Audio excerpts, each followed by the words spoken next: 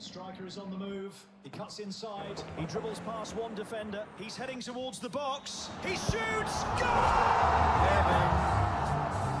I'm in heaven when we're out together. What's dancing your name? cheek to Max, cheek. Derek. Visas 104 ar GO3 futbola podkāsts ir atpakaļ. No 104 gan palikuši vairs tikai 7. Ceturtdaļfināla fāze jau ir sākusies, vienu ceturtdaļfinālu esam aizvadījuši, un šodien mājīgajā GO3 futbola studijā viesojās 2 futbola komentētāji un vairs neviens manikens. Mēs to atstājam? Mēs to atstāsim, vai ne? Tas bija ģeniāli. Nu, krīt pamazām gan manikeni, es domāju, arī futbola draugi krīt, jo, garš pasaules kausa fināla turnīrs, tik daudz spēles nekad nav bijušas. Tikai viena brīva diena līdz šim ir bijusi. Kārlis Krēgers, Aldis Putniņš šodien pievienojās mums šeit. Kungi, sākumā es jums pajautāšu, kā jūs pavadījāt to pirmo brīvdienu, kad nebija futbola? Jums nebija tā kā ir tā meme no Pablo Escobara Netflix seriāla, kur sēž viens pats nabadzīgs, nezinu, kur likties un ko darīt? Zini, kāpēc arī garas iepriekšējā sezonas klubu, dažādām komandām, klubiem, es biju ļoti priecīgs, ka ir tā viena dieniņa. Un, es izbaudīju un varēju arī pagatavoties, varēju pagulēt mazliet. Un, ļoti zīmīgi, ka nokrita Brentfordas krekls, jo Hendersons nokrita pēc Anglijas izlases spēles un salauza roku, kurš ikdienā spēlē Brentfordā. Bet tas tā. Es katrā gadījumā izbaudīju brīvdienu. Jā, pa to brīvo dienu bija es skatījos flashkorā, kur katras dienas tos rezultātus un spēles. Un es noteikti kļūdu ir, kāpēc nerādās spēles šodienas. Un es vēlreiz gāju pārbaudīt citur, vai tiešām taču nav šodien spēle kāda. Tā kā ir tā bišķu zāķi, viss šobrīd es esmu uzķēries uz tā pasaules kausa, tā ka vajag tās spēles. Un es nezinu, ko es darīšu, ka beigsies, godīgi sakot. To mēs risināsim pēc 19. jūlija, kad fināla mačs būs atrisināts. Līdz tam es pat negribu domāt par dzīvi bez futbola, bet nekas tā kluba sezona jau tik ātri arī būs pienākusi klāt jaunā, kas tuvojās. Hendersona veselība. Veselība Hendersonam, man liekas, fantastiski. Tas, ne fantastiski, bet tā unikāli. Tu salauzi roku spēlē, tu nopelni zeltaino kartīti. Cik minūtes tu biji laukumā? Tu nebija laukumā. Tu laukumā nebija. Labi, Džeki, ķeramies klāt pamatēdienam, kas, protams, ir ceturtdaļfināla duēļi. Pirmais no tiem jau aizvadīts - Francija, Maroka. Savā ziņā revanš pagājušā pasaules kausa pusfināla atkārtojums. Francijas un Marokas savstarpējās attiecības. Tur Parīze gatavojās, Dievs viens zina, kam pēc tās spēles, tur visādi drošības noteikumi un tā tālāk un joprojām. Pati spēle. Francija pārliecinoši izcīna uzvaru. Kārli, tu biji viens no spēles komentētājiem. Tu pirms mača biji tā arī iztēlojies, ka Maroka nevarēs īsti neko likt pretī, lai tā reāli apdraudētu Francijas panākumu šajā spēlē, vai tu biji gaidījis, ka kaut kas te var sanākt? Mēs zinām, ka Francija ir komanda, kas ar katru spēli uzlabo savu sniegumu. Bet no Marokas, es domāju, daudz bija gaidījuši vairāk, jo pret Nīderlandi šī izlase izskatījās fantastiski, un es cerēju redzēt arī tādu gana skatām uzbrukošu futbolu no viņiem arī pret Franciju, bet skaidrs, ka viegli ir kaut ko pateikt iepriekš vai izlasīt uz papīra, un realitāti mēs redzējām, Francija šobrīd ir stabilākā komanda pasaules kausā ar izcilu aizsardzību, video līniju, uzbrukumu iespējām, tā kā ne tik daudz, ka Marokai nesanāca, vienkārši Francija neļāva neko darīt. Un, lai gan tur tā bumbas kontrola bija līdzvērtīga dažbrīd, bet mēs redzējām, ka Marokai principā atļauj bumbu pieturēt tikai savā laukuma pusē, aizsardzības līnijā.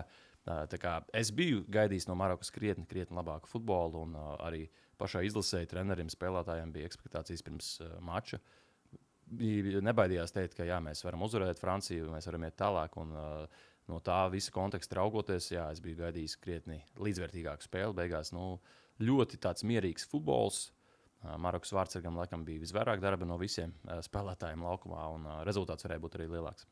Vakardienas spēli gaidot, es tā kā pie sevis domāju, kāds ir tas veids, kā Maroka varētu apturēt vai apdraudēt Franciju? Es ar savām limitētajām futbola zināšanām pat teorijā nevarēju izdomāt, ko viņi varētu mēģināt darīt, un skatoties spēles tā, ja godīgi arī atzīšos, es nesapratu, kāds tad ir Marokas plāns, kā mēs mēģināsim Franciju uzvarēt, ja, piemēram, pirms tam Francija ar Paragvaju aizvadīja spēli. Tur bija viss skaidrs. Paragvaja mēģinās nosist pretiniekus. Aldi, tev, skatoties to maču, bija skaidrs, ko Maroka cenšas izdarīt, kāpēc viņi cenšas izdarīt, vai viņi vienkārši atdūrās pret kaut ko tik jaudīgu, ka viņi īsti nemaz nesaprata, ko vajadzētu un kā darīt? Es domāju, ka Tas ir baigais kompliments Francijai, ka tā spēle bija garlaicīga patiesībā, jo Francija to panāca ar to savu dominanciju. Nu, jāsaka šeit, ka Marokai gan arī noteikti Saiba arī pietrūka priekšā, tas asums būtu bijis pavisam cits. Ja būtu tas uzbrucējs tai smailē, bet kā cīnīties pret Franciju, mēs ļoti iespējams to redzēsim spēlē ar Spāniju, ja Spānija tik tālu tiks, protams, vēl. Bet kā var cīnīties? Cīnīties var tā, ka kontrolēt bumbu, vienkārši nedot bumbu Francijai kontrolēt. Un to nevar izdarīt. Maroka šajā modelī, nu, diemžēl, Maroka var aizskriet ātri iespējams un tā tālāk, teiksim, kaut kādas tās pārējas var uztaisīt, bet Spānija ir tā, kas var paņemt bumbu un vienkārši nedot to bumbu Francijai. Un tad var sākties problēmas Francijai tajā brīdī. Jo šobrīd mēs arī vakar redzējām, tā spēle garlaicīgi, it kā ļoti ilgu laiku tāda iemidzinoša, bet Francija arī uz tādu spēli iet, jo viņiem uzbrukumā ir 3 absolūti giganti. Manā izpratnē, man liekas, ka Francija vispār nekad nav bijusi tieši uzbrukuma līnijā tik iespaidīgi individuālie spēlētāji. Un Francija var paļauties uz to, ka viņiem būs kaut kādas pusiespējas, un viņiem nevajag iespēju. Viņiem vajag pusiespēju tādam kā Mbappé, Dembélé, viņiem vajag pusiespēju. Apsties abas gols, ko viņi iesit. Tā nebija iespēja. Nu, tā, protams, ar ļoti zemu salīdzinošu XG. Tev ir aizsargs priekšā, vai pat 2 aizsargi priekšā, un viņš apsit viņam riņķīti gan Dembélé, gan Mbappé. Tā kā, ja ir tādi meistari, tad nu, to ar tādu diezgan lielu paļaušanos spēlē, ka mēs vienkārši kontrolējam bumbu, radām pusiespējas un pārējo viņi izdarīs. Un tā bija tā spēle. Bet tā varētu, Kārli, tu arī domā, ka tā varētu būt tā recepte, kā Francija censties apturēt, vienkārši neļaut viņiem tikt pie bumbas, jo no Aldis jau ieskicēja, viņiem ir Dembélé, viņiem ir Mbappé, trešā galva tam pūķim ir Olise. Nu, man liekas, tur iedot vienu pretuzbrukumu 15 minūtēs, viņi norganizēja 4 pretuzbrukumus pa 90 minūtēm. Visticamāk, ka 2 vārdus viņi tur atradīs. Nu, jā, galvenais nedot ir plašumu, brīvas zonas, spēlēt ar 2 spēlētājiem pret Mbappé, Olise, Dembélé, vēl citām zvaigznēm. Un, principā, ja Spānija iekļūs tiešām pusfinālā, es domāju, Spānija ar savu bumbas kontroli varētu patraucēt Francijai vispār spēlēt varbūt savu maču.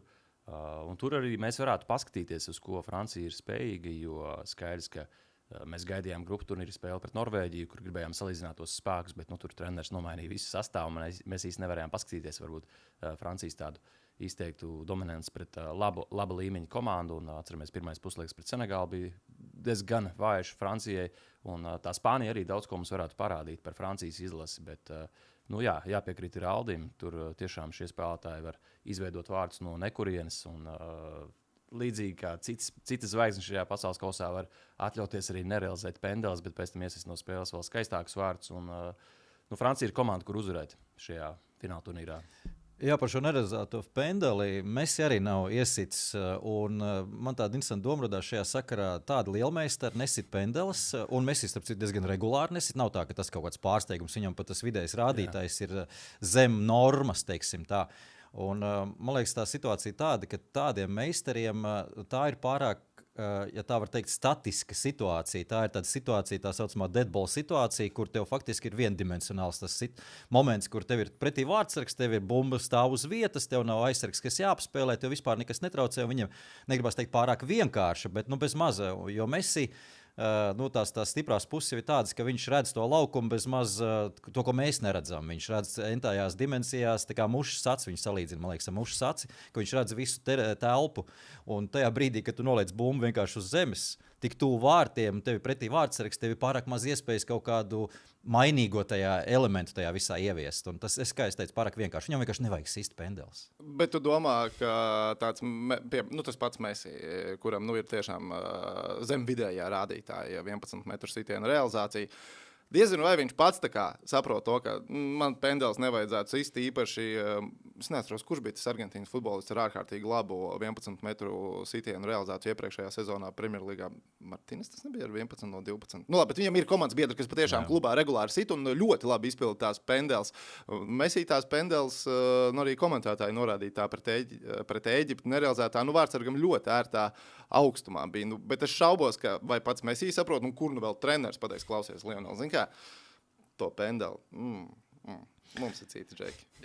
Es nevaru iztēloties to sarunu.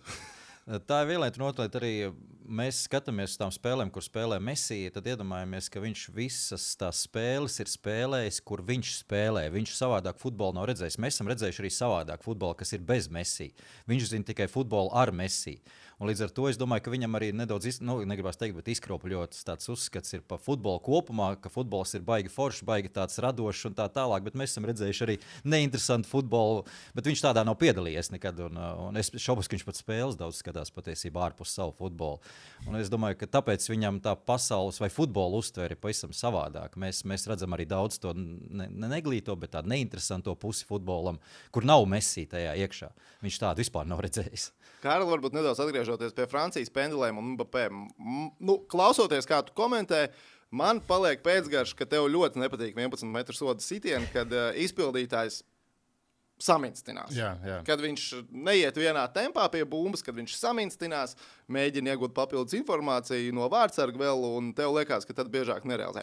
Principā biežāk pat nerealizē. Es paskatījos līdz 2. jūlijam pasaules kausā no 11 šādā manierē izpildītajām pendelēm, 6 bija nerealizētas. Tas bija līdz 2. jūlijam. Tur tagad tā statistika nebija apdeitots. Nezinu, viņi visticamāk tagad ir mainījusies. Pēc Mbappé izpildītā 11 metru sitiena vēl uz leju ir gājusi. Kāpēc? Tas nav tāpēc, ka tad, kad tādu pendeli izpilda, ja sanāk, neviens neatcerās. Ja nesanāk, tad to ilgi atcerēsies. Savukārt, ja tu vienkārši aizēji tempā un uzsiti 11 un viņš nav precīzi, tad tas ātrāk aizmirstās. Jā, savulaik šis gāja cauri ļoti veiksmīgi. Edens Azārs, Žoržiņu bija šādi meistari, kuri tiešām samingstinājās, skatījās, kā izkustās vārdsargs, uz kuru pusi saliecas, bet šajā fināla turnīrā tiešām vairāk spēlētāji nav realizējuši savus sitienus, tieši ja viņi sāk pārāk daudz domāt un gaidīt, kur vārdsargs kustēsies. Un tā problēma bieži rodās, ka vārdsargs neizkustās, un tā viņi paši samulst. Ir varbūt vēl spiediens no spēles. Tu apzinājies, ka ir jāiesit, un tad tas sitiens sanāk tāds nekāds, vai arī vārdsargs beigās ir jāatvēr. Un tik tiešām šajā fināla turnīrā arī tas pats Harijs Keins pret Horvātiju. Arī līdzīgi tur ilgi mīkstinājās, un to pirmo pendeli tur atcita Livakovičs, un tā bija otra iespēja, un tā viņš kaut kā trāpīja. Tas ir kaut kas, ko mēs varam redzēt šajā fināla turnīrā, bet vai tas tā ilgtermiņā strādās, šobrīd vārdsargi arī paliek tikai labāki un sagaida arī šādas darbības no pretinieku spēlētājiem, kur izpildīs sitienus. Jā. Tu minēji, man liekas, par Bono vakar no 9 pendelēm pasaules kausā, kur viņš ir piedalījies tikai 2 reizes. Jā. Kolēģis Jānis Pakāns bija atradis ļoti labu informāciju, un tik tiešām Bono ir ļoti grūti pārspēt šādā veidā, un viņš to apliecināja arī vakardien. Bet ļoti interesanti, ka arī komentējot spēli ar Jānu, mēs sākotnēji mums izskatījās, ka 100% pendeli pret Mbappé, jo viss bija ātrumā, tur aizsargs nokavēja, un tad ar laiku rāda atkārtojums, tūplāns, un tu redzi, ka īstenībā tās 3,5 gandrīz minūtes, ko tur tie var tiesneši skatījās, īstenībā tur bija pa tēma, jo tur bija jāatrod vēl tas konteksts, kur tur trāpīja tam Mbappé pa kāju. Tā kā, arī tāda interesanta epizode, bet beigās lēmums palika spēkā, un vārdsargs tāpat atvērīja. Varbūt tas bija pat godīgi, ka Bono atvērīja. Bet viņi neskatījās arī to epizodi, kas bija pirms tam bijusi. Arī iepriekš pārkāpums, kā mums tik ļoti gari vilka atpakaļ atceries. Pārkāpumu skatījās pret Marokas spēli, tā kā šeit varbūt arī kaut kas līdzīgs. Jā. Skatījās abas 2 epizodes, un beigās palika spēkā. Varbūt par Franciju noslēdzot, dominējošākā komanda pasaules kausā, ko jūs spējat atcerēties līdz finālam. Tā no turnīra pirmā mača tagad līdz šai fāzei, kas ir izteikti favorīti. Es domāju, ka tagad reti kurš neizvēlētos Franciju kā galveno favorīti. Tu domā par šo fināla turnīru? Par šo fināla turnīru, jā. Tā, Francija, kas vēl varētu nākt prātā. Jāizceļas to, ka Spānija nav ielaidusi vārdus un ir vienīgā izlase. Jā, bet Spānija nav uzvarējusi visās spēlēs. Jā. Es domāju vispār. Es domāju, šajā gadsimtā visos pasaules kausa fināla turnīros, es tā uzmetu aci, tiem čempioniem tu varēji atrast vismaz vienu maču, kur sniegums bija labs, pietiekami labs, lai izcīnītu uzvaru, bet to nevarētu teikt kā dominējošo Franciju. Man šķiet, pagaidām ir dominējusi visā turnīrā. Nav bijusi neviena spēle, kur ir pēdējās 5 minūtes, mačā sākās kompensācijas laiks, un man ir bažas par to, vai Francija izcīnīs uzvaru šajā spēlē. Vēlreiz varbūt jāatgriežas pie paša pirmā mača pret Senegālu. Tur pirmajā puslaikā, manuprāt, Francija skatās ļoti vāji. Un Senegālē bija labas iespējas izvirzīties vadībā, bet tas ir arī vienīgais puslaiks, kur mēs varētu teikt, ka Francija šajā fināla turnīrā ir parādījusi vāju sniegumu. Bet tas bija turnīra sākums, ieskrējās, un tur otrajā puslaikā jau salika visu pa plauktiņiem. Jā, es tieši gribēju teikt, ka Francija, tas gan attiecas uz vairākām komandām, bet Francija arī diezgan izteikti, ka burtiski aug tā turnīra laikā, un tas arī ir svarīgi. Tu nevari sākt turnīru pašā augstākajā līmenī un noturēt visu turnīru laikā, vēl jau vairāk tāpēc, ka arī tas sagatavošanās process, ja mēs salīdzinām ar klubu, sagatavošanās process ir ļoti īss, un tie spēlētāji ir sanākuši kopā, viņu labākajā gadījumā ir mēnesis, pat nav tik daudz, kopā strādājuši pie tām visām kombinācijām, vispārējā tā sapratne jāatrod ir, un līdz ar to tajā turnīra laikā viņi ieaug, un man liekas, ka tas priekš pārējiem, šobrīd konkurentiem tās lielākās bailes, ka Francija paliek tikai labāk, jo tas, ko Kārlis minēja, es teiktu, ka arī pret to otro 11. Norvēģijai tā spēle, jā, viņa bija Francijas spēle, taču tur aizsardzībā bija pāris momenti, es nezinu, vai kur viņi bija tā kā palaidušies, jo pat otram 11. Norvēģiem bija iespējas. Šodien, vakardien tas jau ir jau Marokai, īsti iespējas tur tādas baigi nopietnās nebija. Viens sitiens pa visu spēli vārtu rāmī. Tā kā līdz ar to es domāju, ka Francija vienkārši aug turnīra laikā, bet tas attiec ne tikai uz Franciju, tur ir vairākas komandas, kas tā ieaug, tā turnīrā arī Anglija, man liekas, aug. Man šķiet, man ļoti patīk, ka tu minēji to terminu aug turnīra laikā, jo tagad mēs paskatāmies kalendāru ceturdaļfināla spēles, un man liekas, nākamais ceturdaļfināls ir ar to komandu, kas, manuprāt, ir augusi bez maz vai visvairāk vai visnegaidītāk priekš manis turnīra laikā. 10. vakarā šovakar Beļģija ar Spāniju. Tas ir pirmais no atlikušajiem ceturdaļfināla dueļiem. Varam uzlikt kalendāru un paskatīties, kāda tad ir datuma un spēļu laika. Ķeramies klāt Beļģija, Spānija. Beļģija ir tā komanda, kas, manuprāt, ir izaugusi visvairāk šī fināla turnīra laikā, jo es personīgi viņu jau biju apratis spēles izskaņā pret Senegālu. Komanda bija ielikt zārkā, zelta paudze jau sākam bērt virsū smiltiņas virsū, zelta paudze varbūt arī paliek tajā zārkā. Nē, Lukaku gan iztēlās, arī iznāca un iesita, bet Beļģija, man liekas, ir tā komanda, kas ir, tā kā izaugusi, pat tiešām turnīra laikā iesāk ar 2 neizšķirtiem, varbūt ne pārāk neizteiksmīgiem, tad bija jaudīga rezultatīva uzvara pār Jaunzēlandi un izglābšanās pret Senegālu, kur es joprojām arī paskatoties atkārtojumā nespēju saprast, kā Senegāla to maču nespēja novest līdz sev labvēlīgam iznākumam, un pēc tam vienkārši sabradāja ASV futbola izlasi tā, ka nematās. Un sabradāja ar De Bruynu uz rezervistu soliņu. Lukaku atkal iesaistījās mačā uz maiņu. Tā gan ir viņa loma, tā viņš spēlē. Un man liekas, ka Beļģija ir tā kā spējusi adaptēties pat visvairāk. Galvenais treneris ir sapratis, ka varbūt kā ar De Bruyni jāiesāk uz soliņu. Tā būs labāk, pret ASV viņš nemaz nedavās laukumā, jo treneris teica, nav tās vajadzības. Beļģija ir komanda, kas varbūt ir no tām, kas ir pārsteigusi patīkami visvairāk šajā turnīrā jūs līdz šim. Es tur laikam jau visticamāk liktu Norvēģijas izlasi, bet Beļģija ir Beļģija. Tur, ja paskatāmies uz sastāvu un tiem CV, tur ir absolūti top 5 līgu spēlētāji. Un, ja šajā fināla turnīrā mēs ar Beļģiju nerēģinājāmies, tad patiesībā vēl iepriekšējos turnīros pasaules kausā un arī Eiropas čempionātā šī zelta paudze, kas vēl bija, viņa bija starp galvenajiem favorītiem arī. Tur tajā pieciniekā kaut kāda, kur izlases varētu arī uzvarēt. Un, daļa no šiem spēlētājiem vēl ir palikuši. Un, tas varbūt ir tāds pēdējais brīdis, ka viņi vēl var kaut ko arī paveikt lielu. Courtois, Lukaku, De Bruyne, lieliskā formā Trossārs, Doku, tāpat Tīlemans, Vanakens. Lieliski spēlētāji. Un es zinu, ka pirms šī mača daudzi uzskata, ka Spānija ir tāda absolūta favorīta. Bet es teiktu, ka tie svara kausi nav 50-50, bet es domāju, ka tā Beļģija ir pelnījusi nedaudz lielāku respektu un cieņu to, ko viņi varētu arī paveikt pret Spāniju. Tā kā es domāju, ka būs interesanta spēle. Un Beļģi vēl kaut ko var pateikt. Jā. Interesanta spēle, tu domā, spraiga spēle ar cīņu par panākumu līdz nosacītu maču beigām, vai interesanta spēle ar daudz vārtu guvumiem? Es teiktu, ka intriga par uzvarētāju ilgu laiku. Un, Spānija vēlēsies, kā jau ierasti, turēt bumbu, kontrolēt spēli. Beļģijai savukārt šie ātrie malējie spēlētāji, ja Doku, Trossārs, viņiem aizies mačs, tad tur būs interesanti paskatīties, cik izturīga tā Spānijas aizsardzība ir pret Beļģiju. Bet favorīti Spāņi, tas skaidrs. Jā, man arī pārsteidz patiesībā tas, ka Beļģi var spēlēt bez teorētiski uz papīra līderiem. Tas pats De Bruyne, pat Doku ik pa brīdim tiek atstāts malā. Negribas teikt atstāts malā, jo tāds sajūta, ka Beļģija spēlē ļoti taktiski, pragmatiski. tāpat laikā uz kaut kādu risku iziet, jo viņiem ir izteikts sastāvs, kas sāk spēli, tā saucamie sācēji, un tad ir izteikti, kas nāk un pabeidz spēli. To arī viņa treneris norādīja intervijā, ka mūsdienu futbolā ir tie, kas iesāk spēli, un tie, kas spēlētāji.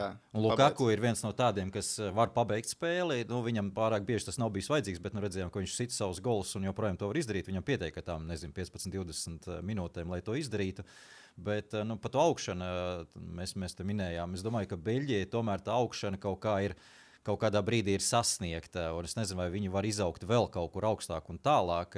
Skaidrs, ka tā zelta paudze, mēs te daudz runājam, bet Spānija kopumā tomēr izskatās krietni vispusīgāka visās jomās. Vienīgi uzbrukums tur viņiem nedaudz, tāda izteikta uzbrucēja viņam nav, bet redzam, ka viņiem pietiek ar to jaudu, kas ir laukuma vidusdaļā. Un man ir nedaudz bažas tomēr, ka Spānija pārāk nosmacēs to Beļģiju un neļaus viņai izvērsties tieši laukuma vidusdaļā. Un tas nozīmē, ka tā teritorija uzreiz piederēs Spānijai. Tāpēc es tā nebūšu tik ļoti optimistisks par Beļģijas izredzēm šoreiz. Bet es ceru arī, protams, uz labu futbolu, kā vienmēr. Bet Spāņi māk nosmacēt citas komandas.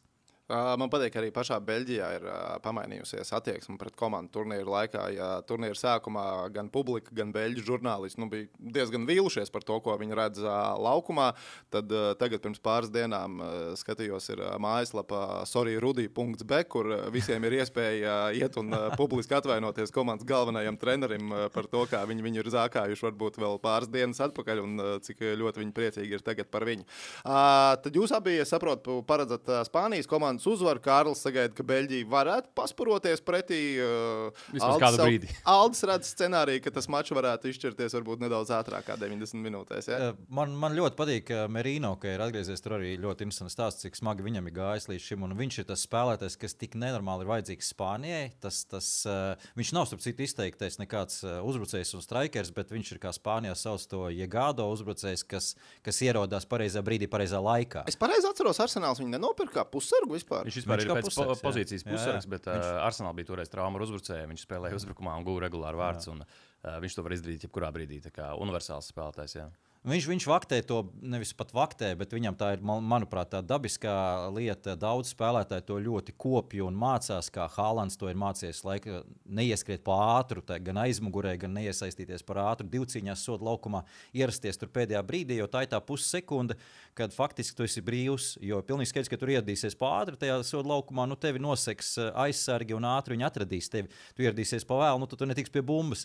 Un tas ir tas moments, kas Merino ir izcēlis. Es domāju, to arī saskatīja viņa arsenālā, un tieši tā viņš guva arī šos vārdus patiesībā. Tas bija tas īstais brīdis, kad ierasties soda laukumā. Kā es teicu, Spānijā ir īpaši termins tam, un man liekas, ka Merino tāds izteiktākais tāds spēlētājs ir.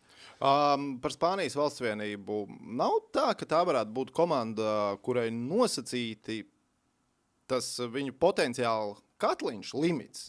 Ir vēl tā kā ar diezgan lielu rezervi. Absolūti. Jo Eiropas čempionātā iepriekšējā, tas bija viens no skaistākajiem, labākajiem futboliem, ko turnīra laikā kāda komanda ir demonstrējusi Spānijas izpildījumā, un tie trīs lielie vaļi, Lamine Jamals, Niko Viljams un Pedri. Un viņi visi ir pēc savainojumiem. Niko Viljams, es sapratu, ka spēlē ir pieejams vai dosies laukumā un spēlēs nezinām, bet ka viņiem vēl tā kā ir, jo tie līderi, kur mēs pēdējos gados bijām pieraduši redzēt, kā viņi taisto spēli, viņi visi nāca pēc savainojumiem.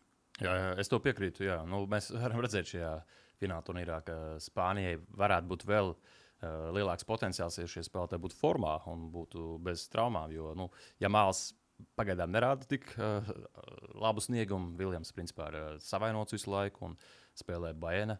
Tāpat arī jāsaka, Olmo izskatījās Eiropas čempionātā krietni labāk nekā viņš to varbūt rāda savu spēli šajā pasaules kausā. Un, jāspēlē bez varbūt vēl kāda kvalitīva uzbrucēja, tikai Ojers Sebāls, kurš lieliski dara savu darbu, bet varbūt Spāņiem trūkst šajā pozīcijā vēl kāds, kas varētu uznākt laukumā un izdarīt kaut ko.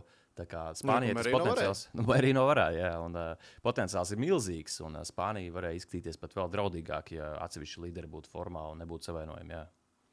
Jā, par Jamalu es arī piekrītu, ka tur varbūt nav tas spridzeklis viņā šobrīd, kāds ir Spānijā, bija jūtams, teiksim, tajā labākajā formā, taču tāpat laikā pretinieki tik ļoti respektē un rēķinās ar viņu, ka ir pilnīgi skaidrs, ka tur ir divi.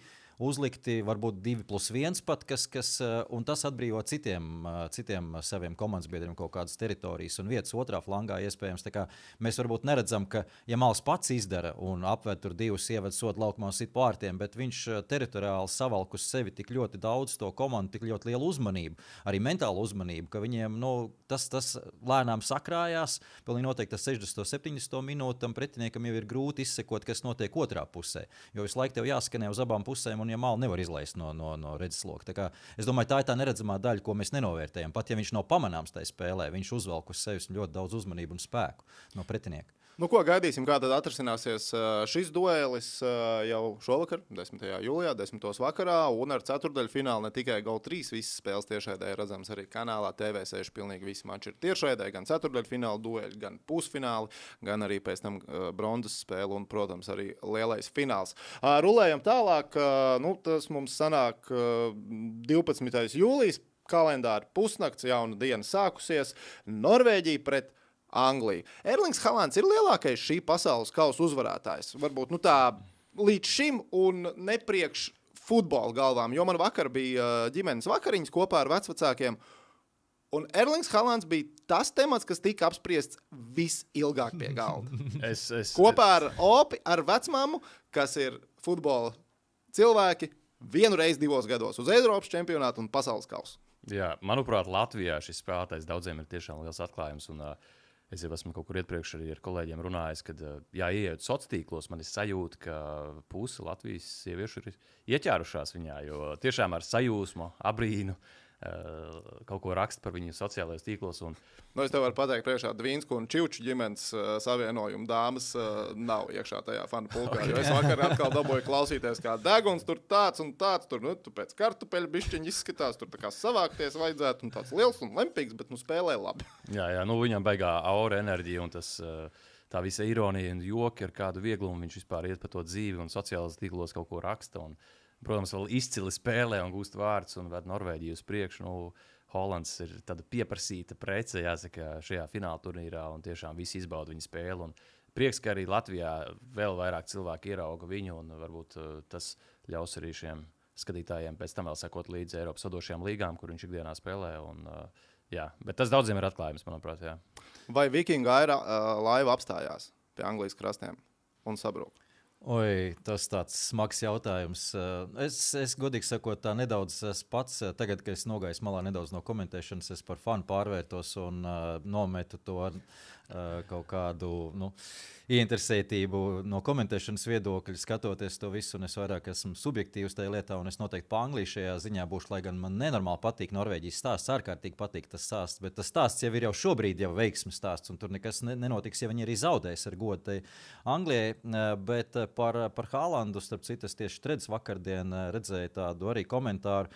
Es prasīju cilvēkiem, vai viņi turpinās sekot pēc šī pasaules kausa futbolam, ja viņi tikai tagad sākuši ar pasaules kausu. Un tad tieši Haalands tika pieminēts kā cilvēks, kā spēlētājs, kā futbolists, kuram noteikti varētu pasekot arī pēc pasaules kausa pārāk liela pamanām personība. Tā kā, manuprāt, tas ir tas, kas jāsaprot arī mums, neiksim, kā televīzijas pārstāvjiem, ka cilvēkiem līdzjutējiem varbūt tas futbols tā ir tāda diezgan sarežģīta lieta, bet viņiem patīk varoņi. Jo tā ir tā emocionāla lieta, kas tev saikni, kas tev sasaista ar to, tu kaut kādā veidā viņus uzrunā, un Haalands ir uzrunājis, un tas ievilks arī pēc tam skatīties to klubu futbolu, Premier League, vienalga La Liga un tā tālāk tā joprojām. Tāpēc tie varoņi ir jāceļ, tāpēc mums ir ārkārtīgs birks, kurš stāsta fantastisks stāsts par varoņiem, par viņiem pa aizkulisēm un vispārējo, jo futbols nav tikai savs taktika un tā tālāk tā joprojām. Un tāpēc tas ir interesanti. Man šķiet, ka Haalands arī to lomu lieliski gan izpild, gan ir gatavs pacelt vēl nākamajā līmenī, jo viņš ir viens no tiešām retajiem sportistiem, ne tikai futbolistiem, bet sportistiem kā tādiem, kur tu pasties ir kāda jauna reklāma, kur viņš ir tā kā reklāmas seja. Un viņš to lomu izpilda ārkārtīgi labi, un arī viņa paša sociālajie tīkli, gan sociālais medijas Instagram, gan viņa YouTube kanāls, ir tādi, kur ir interesanti sekot līdz tam saturam, ko, var just, ka tur liela komanda strādā uz to saturu, bet, vienalga, tas gala produkts, kas nonāk līdz mums, ir ļoti interesants, un šķiet, ka tu viņu tā kā personīgi labāk iepazīsti. Bet, labi, favorīti šajā duelī, protams, ir Angļi. Kur Angļiem tās problēmas apturēt Haalandu būs? Jo es lasu, ka viņiem aizsardzībā savainojumu. Geki ir savainots. Stones nav formā. Nu, kaut kāds plāns Angļiem būs skaidrs, ka Angļi ir favorīti, bet patiesībā pirms šiem ceturdaļfināliem daudz cilvēku eksperti medijos norādīja, ka šeit varētu būt arī lielākais pārsteigums šajā no visiem dueļiem, kāds ir. Nu, vienīgais tas, ka varbūt Norvēģija ir ļoti paredzama izlase, un Anglijai noteikti ir labāks soliņš un arī kaut kāda pieredze. Dīzeļvilciens arī ir paredzams, ej un aptur. Ej un aptur, jā. Bet redzēsim, ko Tuhels būs izdomājis. Kaut kāds plāns tur noteikti ir pret šo spēlētāju, un galu galā arī pats Holands ikdienā spēlējot Anglijas Premjerlīgā pazīst lielāko daļu futbolistu un ir spēlējis arī ar Bellingham kopā Dortmundē. Tā kā tur daudz stāsti, daudz konteksti būs, bet man ir sajūta, jā, ka Anglija tomēr kaut kā iesprāgsies nākamajā kārtā. Tu pieminēji par Bellingham, jā, viņi spēlēja kopā ar Dortmundē. Viņi abi bija tīņi tajā laikā, un viņiem divi bija prom no mājām. Patiesībā viņi ir ļoti labi draugi tur kļuvuši. Jo tā ir tāda emocionāla lieta. Tīņa laikos tev vajag kaut kādu emocionālu atbalstu, tev vecāki nav klāt, un viņi viens uz otru paļaujas. Un tas, kas tev ir čoms tīņa laikā, tas čoms uz visu mūžu ir vienmēr bijis. Tā kā būs baigi interesanti redzēt, kā viņi spēlē. Varbūt tieši laukumā viņi pārāk bieži nesatiksies, bet arī gan jau. Taču tu minēji par to Bellingham. Man liekas, ka Bellinghams ir vēl viens, negribas teikt, atklājums. Viņš vienmēr bija lielisks un izcils. Taču tas, kā viņš spēlē Real Madrid un tas, kā viņš spēlē izlasē, ir divas dažādas lietas. Tur Real Madrid viņam ir tomēr divi giganti ar milzīgām ēnām, kas uz viņu met to ēnu. Tad šeit ir skaidrs, ka negribas teikt, ka viņu tā spēle tiek veidot, bet viņam tiek iedot diezgan daudz brīvību, un mēs pēkšņi redzam, ko Bellinghams var izdarīt. Un tas, ko viņš var izdarīt laukuma vidusdaļā zem milzīga spiediena, paturēt to bumbu, apgriezties un vilkt uz priekšu, tas mūsdienu futbolā ir zelta vērtē. Tā faktiski ļoti reti spēlētāji spēj un māk darīt, jo tā vidus laukuma pārvarēšana diezgan ātri ir milzīga problēma daudzām komandām. Jā, pacietīgi lēnām ejot uz priekšu, bet tajā brīdī jau aizsardzība viss ir nostājusies, viss ir savās vietās, viss ir gatavi tam, ko tu darīsi, bet ātri pāriet to viduszonu un izvairīties no tā presinga, tas ir tas, ko Bellinghams dara. Un tur ir ātrās piespēles uz malām, kā mēs zinām, Anglijai malās ir, kas pabeidz uzbrukums. Tur Saka varētu nākt, protams, tur otrā malā no Reilijas, un tad centrējam iekšā, un tur jau ir divi toņi, kas to visu var arī pabeigt to spēli. Bet es piekrītu Kālim, ka aizsardzība ir lielākā problēma, un tas nav tikai tagad, tikai ar Gehi savainojumu. Tas ir no turnīra sākuma. Mēs redzējām, ka ir robi aizsardzībā, ka tas pats Konsa tur brīžiem brīnums dara, un kā tur nebija pendeli, tai spēlēs joprojām nesaprot. Un tagad ir diskvalifikācija vēl. Kopumā es teiktu, ka aizsardzība būs lielākās problēmas, un es pat nebrīnītos, ka tāds kā Bērns varētu nākt laukumā. Tīri teorētiski, lai gan neizskatījās, ka viņš vispār tiks pie minūtēm šajā turnīrā. Būs jāietglābt nācija. Jā, bet problēma ir tā, ka Haalandam ir lielāks arsenāls tādā spēlē pret Bērnu. Bērns tomēr ir statisks spēlētājs, jā, statiski 1-1, kur viņi saķērušies. Bērnsam ir cerības Haalandu nolikt dēļ auguma, bet tajā brīdī, kad Haalands attiek no viņa 2 metrus prom un uzsāk sprintu, tad Bērnsam ir baigā problēma. Kā jūs vispār paredzat šīs spēles zīmējumu? Mēs pirms tam runājām par Spāniju, Beļģiju. Tur es domāju, mēs visi sagaidām Spāniju, būs daudz ar bumbu. Anglija, Norvēģija.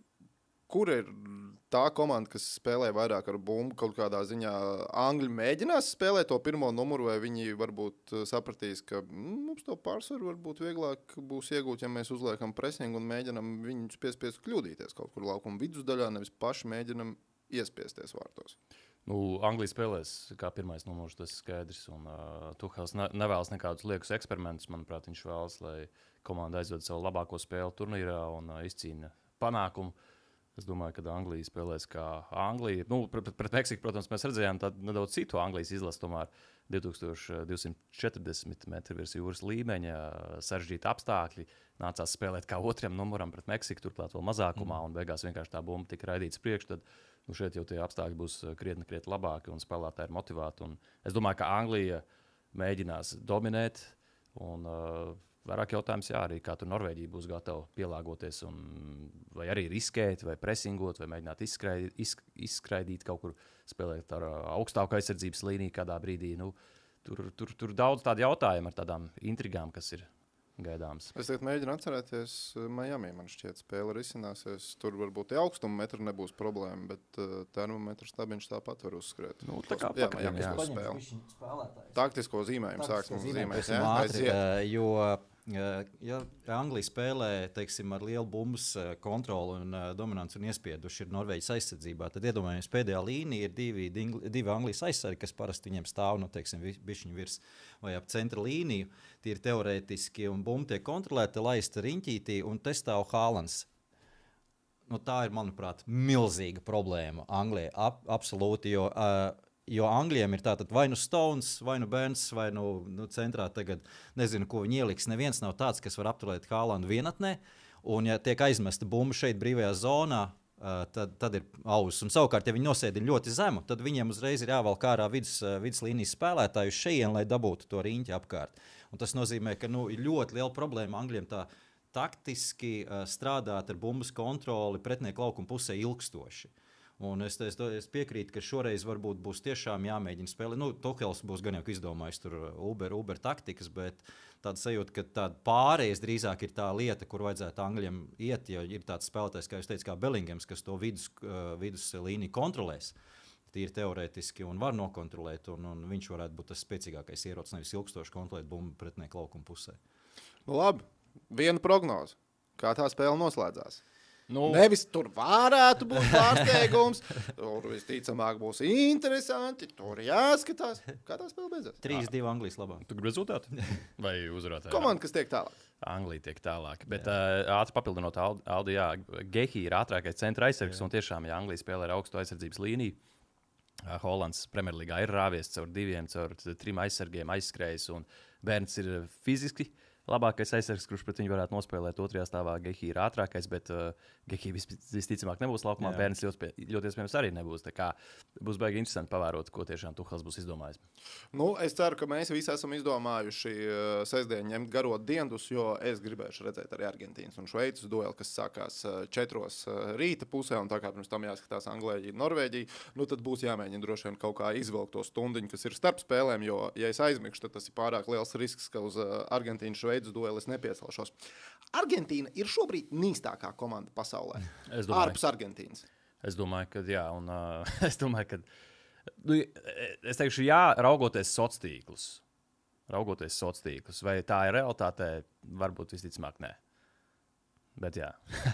Es tā nejūtu. Es laikam varbūt te sociālos mazāk. Es godīgi sakot, tā nejūtu. Jā, tāda situācija. Man patika arī pēdējā spēle tieši no tā cik ļoti emocionāli no viena grāva otrā tas bija, godīgi sakot, un tādi pārdzīvojumi vajadzīgi futbolā, un Argentīna mums to nodrošināja. Un es pirmo reizi redzēju, ka tādu spēlētāju kā Argentīnas zvaigžņu acīs ir bailes.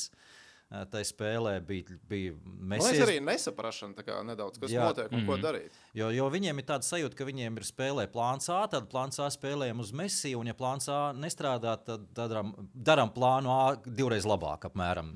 Cita plāna mums nav.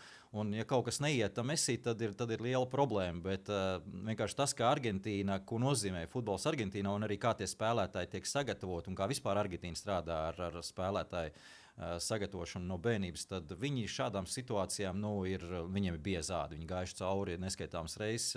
Es domāju, ka līdz ar to viņi ir spēcīgi tieši psiholoģiskā ziņā, un tā bija pirmā reize, kad es redzēju, ka ir kaut kāda ievainojamība. Tā kā iespējams, ka tur ir kaut kāds arī rasējums, kā vajag strādāt ar Argentīnu, un iespējams, kā ir jācīnās ar Argentīnu, jāmēģina ielīst zem ādas, iespējams viņiem. Bet nevienmēr tas iet cauri, taču mēs jau par to tiesāšanu runājam. Šajā čempionātā iespējams pat iet cauri lietas, kas negāja iepriekš cauri. Piemēram? Tieši no agresīvas spēles. Un man godīgi sakot patīk. Man patīk, ka spēle ir pārvērtusies. Ir pilnīgi noteikti uzstādījums tiesnešiem bijis ļaut spēlēt. Nedod zeltainās kartiņas tik daudz, tādu spēles situācijas nesvilpt, kas ir spēle, ko mēs esam redzējuši La Liga vai Premjerlīgā iepriekšējā sezonā, kur pilnīgi noteikti būtu svilpe. 8 no 10 gadījumiem būtu svilpe, tad šeit varbūt 2 no 10 gadījumiem ir svilpe, un tie spēlētāji nevārtās pa zemi vairāk tik daudz. Mēs redzam, viņš paliek zemē, viņš dzird, ka svilpe nav, viņš neatstās savu komandu mazāk, viņš skrien aizsardzībā. Un tas, diemžēl, gan aiziet arī otrā grāvī, kā mēs redzējām, ir pāris spēles, kur tas tiesnesis nedaudz to līniju pārkāpj, un tad to spēlētāju momentā izmanto. Un tas ir tas sarežģītākais, ka, ja tiesnesim ir uzstādījums iet diezgan agresīvi, teiksim tā, ļaut to spēli, ja viņš izlaiž to no grožiem, tad tur aiziet absolūts hauss. Taču, ja viņš notur kaut kādu to savu līniju un notur uz abām pusēm, teiksim, uz abām komandām, tad viss ir kārtībā. Nu, tā lielākā problēma ir, ka brīžiem tāda sajūta, ka kaut kur negodīgi tiek pietiesāts un ka kāda komanda tiek vilkta un tā tālāk, bet es godīgi sakot neticu šīm sazvērstības teorijām. Viņām ir ļoti pateicīga augsne šobrīd, ņemot vērā, ko Trumps izdarīja. Un tā liekas, tagad visu mēs te mēģinām kaut kādā veidā piekoriģēt, un visas spēles tiek kaut kādā veidā sagrozītas. Bet es tā nedomāju, tur drīzāk kaut kādas cilvēciskās kļūdas ir nākušas klāt, un tas to ir pamainījis. Bet kopumā man ļoti patīk, kā futbols ir pamainījies. Jautājums? Nē, es Aldu nedaudz paturpinot par tām konspirācijas teorijām, cik pateicīga augsne ir. Tur, man liekas, tā populārākā komanda ir Argentīna, kur tur pret Ēģipti tas vārtu guvums neieskaitītais. Pēc tam arī moments, kur daudz uzskata, ka varbūt vajadzēja dot 11 metru sodu sitienu maču izskaņā pret Argentīnu. Man liekas, ja runā par Argentīnu, tad veselais saprāts ir atstājis istabu. Jo man liekas, ka tu ar emocijām esi tik ļoti gatavs to komandu ienīst. Tev liekas, ka viņu velk uz priekšu. Tur lasi, kad Infantino priecājās par Argentīnas vārtu guvumu, vispār neaplaudē Ēģiptes vārtu guvumam tajā spēlē. Bet tagad, man liekas, to ar vēsu prātu paskaties tās epizodes, kas tiek apspriestas. Tie lēmumi jau pa lielam ir pareizi. Viņi ir pareizi pieņemti. Bet tad liekas, ka tu vienkārši veselo saprātu esi aizsūtījis atvaļinājumā un tikai ar emocijām. Tur tā nedrīkstēja būt, tur rekur tiek darīts pār šitā un šitā. Bet salāk bija jābūt? Absolūti, nē. Šis varbūt arī parāda to, ka ikdienā daudz arī neskatījās Anglijas Premjerlīgu un salāk, un to jau arī minēju, un mēs ar kolēģiem piekritām, ka salāk šādas epizodes meklē vieglas kritiens, un tur man tiešām ir grūti saprast, kurā vietā bez atsevišķiem tādiem maziem sodiem, kur tiesnesis ļāva spēlēt tālāk, kurā vietā tur tā Argentīna tika pavilkta. Tur, manuprāt, viss bija pilnīgi adekvāti un pilnīgi ok. Un, starp citu, Spānijas izlases galvenais treneris, arī Francijas izlases galvenais treneris pateica, ka ar tiesāšanu viss tajā mačā bija kārtībā. Nemaz nerunājot par vēl atsevišķām futbola leģendām. Skaidrs, ka tās konspirācijas ceļo visur apkārt, visu turnīru gaitā, un noteikti vēl arī būs. Un interesanti būs tiešām šī spēle pret Šveici, zinot, kad FIFA prezidents nāk no Šveices, uz kuru pusi viņš aizies. Bet, manuprāt, vienkārši jāļauj čaļiem spēlēt futbolu, mazāk konspirācijas. Un skaidrs, ka tas viss nāk tomēr no sociāliem tīkliem. Es zinu, ka pasaule ir sadalījusies divās daļās, Ronaldu, Messi, un tad tu vari redzēt, no kuriem varbūt tur kontiem varbūt vairāk nāk tā nezinu, kaut kāda. Jā, man liekas, ja tu esi Ronaldo cilvēks, tu šajā brīdī nemaz īsti nevar vaļā sociālos tīklus. Nē, ir diezgan maz. Var vaļā, man pat raksta Ronaldo fani, un arī mums tur ir karsta diskusijas par to, kā var neredzēt, ka Argentīna tiek vilkt uz priekšu. Tur ir tiešām tā kā, tas tā interesanti. Grūti iekāpt citu apavos ir, bet iespējams kaut kādi Messi fani teikt to pašu tajā brīdī par Ronaldu. Es nezinu, bet dažbrīd tie sociālīki ir mazliet sajukuši prātā ar visām konspirācijām. Tāpēc arī tas futbols ir brīnišķīgākais sporta veids globāli tā pasaulē. Es nevaru izdomāties nevienu citu sporta notikumu, kur tā visa pasaule sako līdzi un kur tu patiešām veselo saprātu esi gatavs bišķiņu palikt malā un ļaut vaļu tām emocijām. Par šo duelu Argentīna-Šveici. Kā jūs domājat, Argentīnas izlases spēlētāji, treneri priecīgi par to, kā atrisinājās Šveices un Kolumbijas mačs? Ja viņiem ļautu izvēlēties pretinieku, viņi būtu izvēlējušies Šveici vai Kolumbiju sev kā nākamo? Ļoti labs jautājums, jo patiesībā es pats vēlējos Argentīnu, Kolumbiju. Manuprāt, es gribēju redzēt tādu Dienvidamerikas klasiku, tādu dzeltenās kartītes, ātras futbols, sitienu, emocijas un pārāk daudz emocijas. Jā, kaut kur bišķīt pietēlošana, varbūt kādā brīdī. Pret Šveici tomēr jāspēlē pret tādu komandu, kas tiešām darbojas ļoti vienoti, kā tāds mehānisms, kas apzinās savas spēcīgās puses. Argentīnai bija liela pārbaudījuma pret Ēģipti un Kabuverdi. Tas nozīmē, ka Šveice ir vēl augstāka līmeņa izlase, un te būs interesanti īstenībā, kā Argentīna spēs tikt galā ar Šveices futbolu, jo šim jābūt vēl grūtākam pārbaudījumam iespējams ir. Bet tajā pašā laikā varbūt arī kāds Argentīnā nenovērtē līdz galam iepriekšējās divas izlases. Jā, tu teici par Dienvidamerikas futbolu. Es pilnīgi piekrītu. Es esmu sajūsmā, es tieši skatos uz Urugvajas karodziņu, un man sāp sirds, ka tik agri izstājās no čempionāta Marcelo Bielsas komanda, jo manuprāt, absolūtā leģenda. Un skaidrs, ka viņam vienkārši nepietika laika tās savas Tā nav idejas. tāda klasika, ka Bielsas komanda izstājās ātrāk no pasaules kausa, kā tas ir gaidīts. Tas ir, man liekas, absolūti likumsakarīgi, jo Bielsa ir klubu treneris. Bielsam vajag ļoti ilgu laiku, lai savas idejas nostiprinātu komandā, un otrkārt arī fizisko uzdzītu tādā līmenī, kā Es sapratu, viņš ir futbola Sito Alonso. Okay. Jo skaidrs, ka pēc tik garas klubu sezonas nav tie spēlētāji arī gatavi tādā intensitātē strādāt, kā prasa viņa schēmas un vispārējais. Bet par Kolumbiju, jā, es piekrītu, tas būtu absolūti, tā būtu klasika. Kolumbijas spēle pret Argentīnu, jo Kolumbijas spēlē man arī izdevās vienu spēli komentēt. Viņi fantastisku, radošu futbolu spēlē tieši laukuma vidusdaļā. Tā brīvība, kas tiek dot viduslīnijā, es ļoti maz komandas esmu redzējis, kur visi trīs pussargi brīvi plūstoši pa visu laukuma vidusdaļu. Hamas Rodrīgas, tas, ko dara joprojām savā vecumā, starp citu, viņš vēl viens tāds fenomens īpatnējs ir, kas ir uzziedējis tieši pasaules kausos savulaik, nopelnījis lielu līgumu, ticis pie lielām naudiņām, bet klubu turnīros faktiski nav, vai klubos nav parādījis gandrīz neko līdzīgu pasaules kausam, bet tiklīdz viņš uzvelk savus izlases krekliņu, viņš pilnīgi pārvēršās, bet tā var teikt par ļoti daudziem dienvidamerikāņiem. Klubos tā kaut kur uzspīd ik pa brīdim, bet tiklīdz krekliņš ir mugurā ar savus izlases karogu, tur ir pavisam cits sniegums. Un, es teiktu, ka jā, tā spēle būtu bijusi krietni emocionālāka nekā tā tagad būs ar Šveici, jo kas ir ar Šveici? Šveices komandā salīdzinot ar Kolumbiju nav varbūt tādi radoši tik ļoti spēlētāji, bet viņi kā vienots mehānisms ļoti labi strādās. Un tas, ja mazāka līmeņa un mazāk, teiksim, talanta komandas, kā Cabo Verde spēja noturēt arī ļoti ilgu laiku Argentīnu, tad tagad tas pats, reiz 2 talantā, un reiz 2 spējās, tur var būt problēmas, protams, Argentīnai. Taču te atkal mēs atgriežamies pie tā paša iepriekšējā, ko teicām par Franciju. Ja komandā ir tādi individuāli spēlētāji, kas vienatnē var izšķirt spēli, tad ļoti bieži tam nav nozīmes, ko dara pretinieks, cik ļoti viņi labi uzliek bloku, cik ļoti disciplinēti viņi ir tajā visā, jo tāpēc jau ir tas spēlētājs, tas disciplinētietis, kas izdarīs kaut ko tādu, ko tu vispār nebūs gaidījis, ka viņš spēj izdarīt.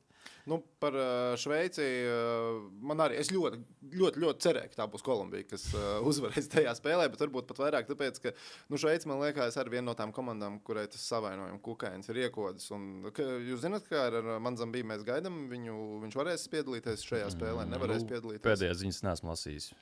Tā kā es domāju, uz jautājumu zīmes varētu būt. Jā, man liekas, ja Šveice vēl nav maksimāli spēcīgākajā sastāvā, žēl ļoti, ka tā tas ir.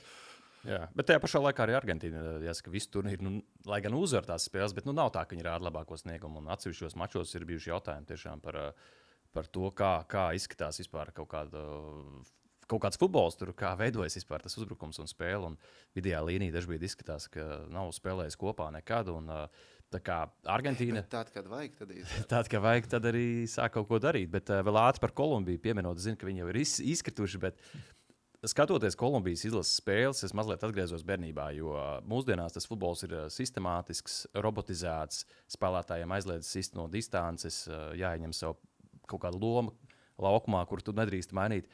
Redzot Kolumbijas mačus, es tur redzēju pilnīgi savu bērnību, ka ir atļauts viss. Es redzēju kaut kādu veco Brazīlijas izlasi. Jebkurš var izdarīt jebko, būt radošs, improvizēt.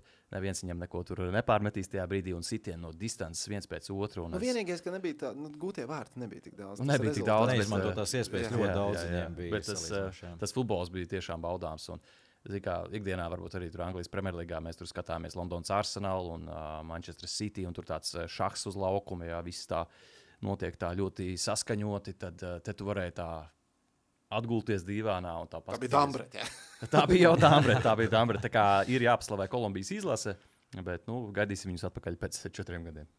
Par zvaigznēm mums vēl pāris minūtes laika ir cīņa par rezultatīvākā spēlētāja titulu pasaules kausā. Messi Mbappé 8 vārtu guvumi.